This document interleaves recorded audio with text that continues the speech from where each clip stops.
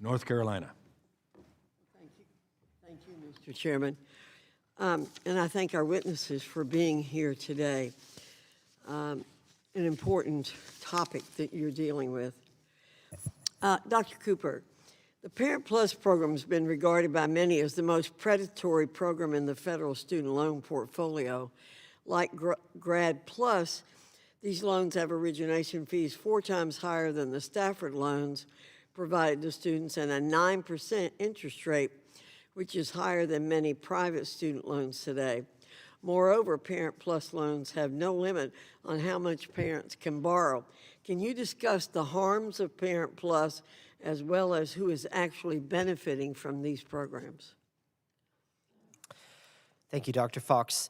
The Parent Plus program is a predatory loan program. There's simply no other way to describe it. As you mentioned, the interest rates exceed 9%, the origination fees exceed 4%, and what's more, 20% of the parents who are getting Parent Plus loans foisted on them by colleges have an expected family contribution of 0, and what that means is that the federal government has determined that those parents can contribute nothing financially to their children's education, yet that same federal government is turning around and handing them an effectively unlimited loan. Now, the ones who really benefit from the Parent Plus program are the colleges. Out of 5,000 colleges in the United States, just 500 of those use more than 80% of Parent Plus loans issued every year.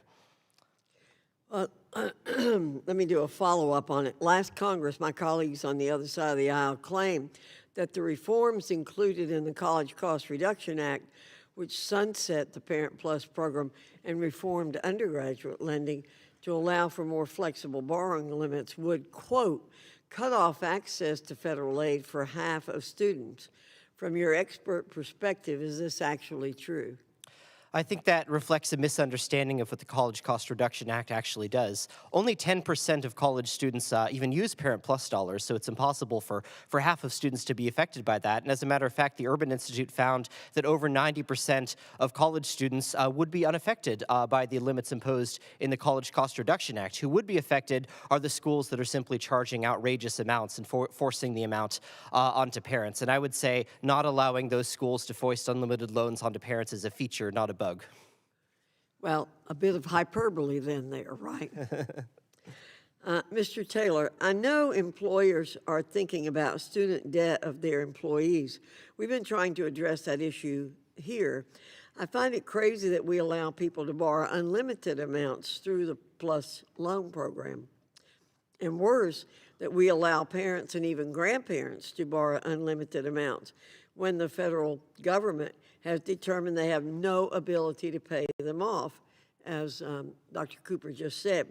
How do you feel about the Plus loan program, and do you think it's fair we lend the money out in this manner? Dr. Foxx, great to see you. We've been talking about this work a long time when it was at the Thurgood Marshall College Fund, because I think the Parent Plus loan, to use the term predatory, as that program currently works, is an understatement.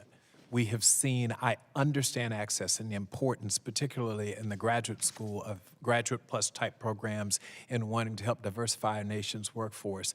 The flip side is we know that on the employment side, people show up with $150,000 of debt and an undergraduate degree in art or communications or whatever it is. They simply can't focus on their work because they are working 2 jobs. It's not at all unusual to find someone who is under that kind of debt load from their undergraduate debt load, and my gosh, if they went to go get a master's degree, and those students simply can't perform. So they're working 40 hours with us, 30 hours in the evening with Uber, and then they come back to us and they are not their best. We are therefore not getting the return on our investment. We then fire them, and it's a vicious cycle. So it's not about, on the front end, well-intended, I'm certain, a policy, but in the end, what it has done is made it very difficult for employers to retain high-quality people and to see the productivity and efficiency that we need. Thank you. Ms. Neely, 2 weeks ago, I introduced H.R. 650, the Family Rights and Responsibilities Act. This legislation affirms the fundamental right that parents have to direct the education and upbringing of their children. Before interfering in parental educational choices, this bill requires the federal government to prove a compelling government interest. In your experience, does the Department of Education know a child's needs better than parents do? Absolutely not. Parents know what's going on. They know what their children's needs are, what their children's education style are. And so to the extent where parents are able to determine an education institution or values that comport with what they want as opposed to what a bureaucrat in Washington wants, I think it's so much the better. So thank you. Thank you, Mr. Chairman. I yield back.